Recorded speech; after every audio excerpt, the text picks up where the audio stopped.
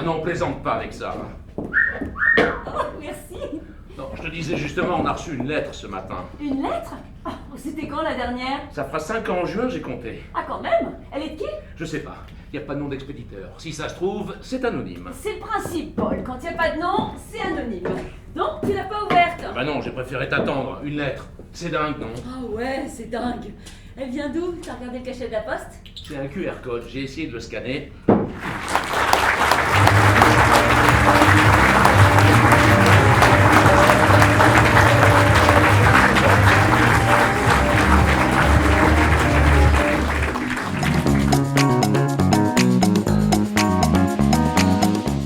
Bonjour, je suis Cyril Necker, je suis l'auteur de la pièce et dans la pièce je joue le rôle de Paul, qui est un banquier angoissé qui reçoit une lettre d'un casseur de banque à 2 jours de sa promo. C'est une expression courante chez les humains, Ronalda, mais ça veut pas dire grand-chose. C'est quoi les vindictes? Un groupuscule qui prône la justice de la rue.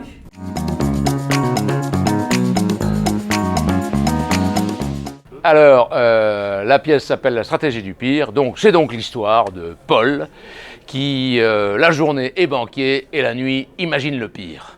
Alors des trucs affreux, ça il en a imaginé, mais à ce point-là, jamais. Il s'agit d'une lettre et je ne vous dirai pas ce qu'il y a dedans. Eh ben dis donc, vous en faites une tête pour un anniversaire? Qu'est-ce qu'ils ont? Ils ont reçu une lettre. Une lettre? C'est pas un truc de vieux ça? Mais elle a raison, c'est ringard. Et pourquoi pas un télégramme tant que vous y êtes? Ou non, un pneu. À propos de pneus, maman, est-ce que tu peux me prêter ta voiture? C'est censé être de l'humour? Non, c'est une locution prépositive qui sert à créer un lien entre deux mots en établissant une logique entre eux. Pourquoi t'as besoin de la voiture? Pour aller à Lille avec 2 copines pour un concours de pole dance. Vous pouvez pas y aller en train? Bah, on a plein de valises, c'est compliqué. Ben, elles ont plein de valises pour aller se foutre à poil.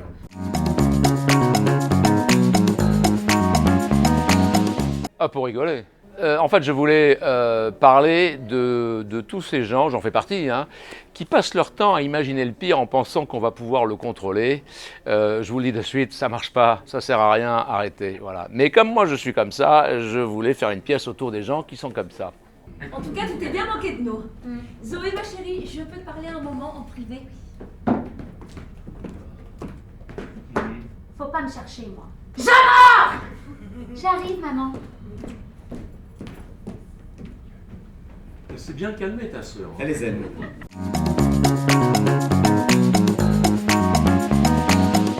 Non, pour le moment j'ai cette pièce, c'est beaucoup de travail et on est ravis d'être là et rejoignez-nous rapidement.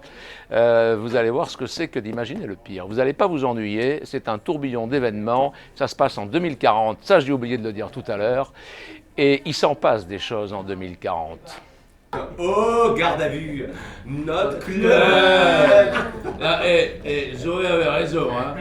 Pour rentrer c'était facile, mais pour sortir on n'y arrivait pas. Hein.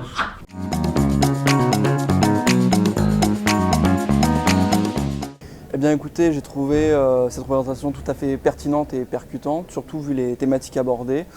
Le jeu d'acteur était tout à fait convenable, voire même très bien. Les comiques de situation étaient aussi très pertinents.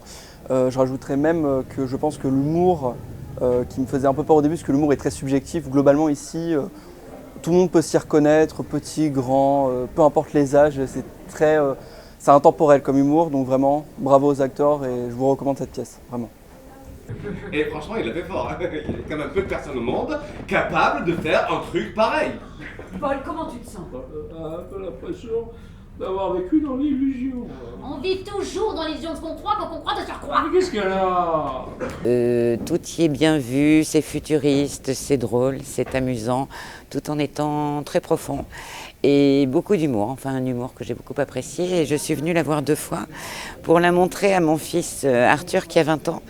Et parce que je voulais lui montrer ce style d'humour au regard d'une génération que je trouve beaucoup plus triste que la mienne. Voilà, donc leur apprendre comment s'amuser et comment se détendre en évoquant des sujets qui sont quand même très réalistes, puisque c'est la modernité. C'est un peu ce qui nous attend demain. Moi, honnêtement, ça m'affole, j'ai pas 20 ans, mais voilà, on va s'y faire, hein, c'est comme le reste. Elle, balance, c'est une gynoïde. Androïde, c'est le mâle, gynoïde, la femelle. C'est vrai qu'il s'y connaît. Hein. Mais enfin, papa, c'est simple. Androïde pour André et Ginoïde pour Ginette. Ouais, d'accord. Et toi qui m'as assommé toute la soirée avec ton affreuse nouvelle. Ah oui, oui. Et qui a balancé son passé sulfureux en prévision de cette affreuse nouvelle? Quel palais c'est sulfureux? Quelle affreuse nouvelle. Rien.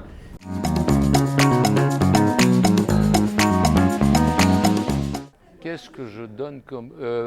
passez du temps sur vos textes, laissez-les maturer, ne vous précipitez pas. Moi, cette pièce, je l'ai commencée il y a 6 ans. Et aujourd'hui, là, je peux vous dire qu'elle est à point. C'est chaud, là. Alors venez. Désolé pour le petit divorce. Oh, Paul, je t'aime. Mon champion. À ce propos, comment le champion du pire a-t-il fait pour imaginer ce scénario incroyable? Ah ben ça, je sais pas, c'est venu tout seul. Eh ben, pourvu que ça dure, t'as pris un gros risque. Un type avait gravé sur le mur de ma cellule au commissariat: à faire toujours plus de la même chose, on obtient toujours plus du même résultat. Un récidiviste, sûrement. Et je me suis dit que continuer à faire la même chose, c'était ça le vrai gros risque. Intéressant.